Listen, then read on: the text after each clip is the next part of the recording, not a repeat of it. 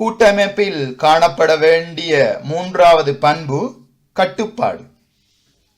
கட்டுப்பாடு ஒழுங்குமுறைகள், ரெகுலரிட்டி, பரஸ்பர ஒத்துழைப்பு, ஓர் அணி உணர்வு ஆகியன ஓர் இயக்கத்துக்கு மூன்றாவது முக்கிய அம்சமாகும். ஒரு குழுவிடம் கட்டுப்பாடும் ஒத்துழைப்பும் இல்லை என்றால் வேறு நல்ல தன்மைகள் எல்லாவற்றையும் அது பெற்றிருந்தும் தன் திட்டங்களை வெற்றியுடன் நடைமுறைப்படுத்த முடியாமல் போகிறது. ஆக்கக்கேடான பணிகள் சில வெறும் ஆரவார கூச்சல் கூப்பாடு கொண்டு நடந்தேறிட முடியும். ஆனால் ஆக்க ரீதியான வலிமையான எந்த ஒரு பணியும் கட்டுப்பாடான தொடர் உழைப்போ முயற்சியோ இல்லாமல் செய்திட முடியாது. கட்டுப்பாடான கடின உழைப்பு என்றால் என்ன? முழு இயக்கமும் தான் ஏற்றுக்கொண்ட வழிமுறையை வாய்மையாக செயல்படுத்தும் தன்மையே கட்டுப்பாடான கடின உழைப்பாகும். கட்சி வழிமுறைப்படி சில பொறுப்புகள் ஒரு சிலருக்கு வழங்கப்படுகிறது. ஒரு குறிப்பிட்ட துறையில் தனக்கு அளிக்கப்பட்ட அதிகாரத்தின் அடிப்படையில் அவர் சில ஆணைகள் பிறப்பிக்கிறார். அப்போது அனைவரும் அதனை வாய்மையாக முழுமையாக பின்பற்ற வேண்டும்.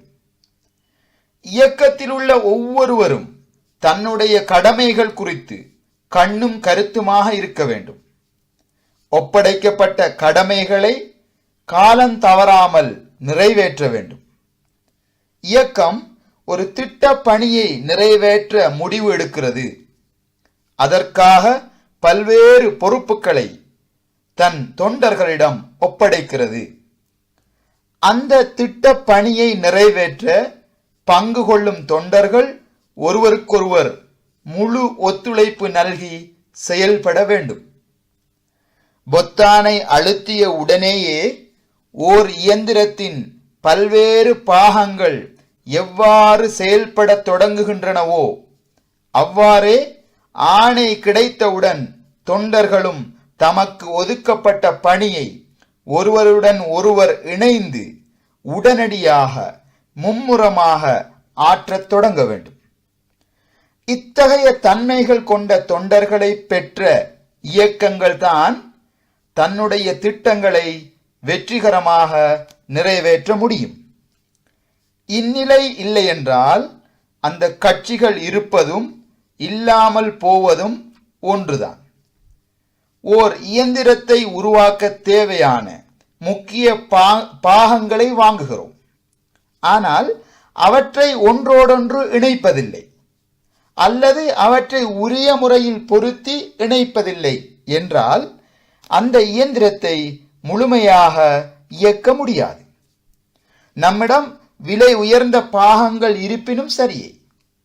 இதுபோலவே மதிப்பு வாய்ந்த தொண்டர்கள் நம்மிடையே இருந்த போதிலும் அவர்களிடையே ஒரு பிணைப்பை அல்லது ஒரு பொருத்தமான இணைப்பை ஏற்படுத்த தவறினால் அந்த இயக்கமும் தன் இலக்கை நோக்கி செவ்வனே செயல்பட முடியாது.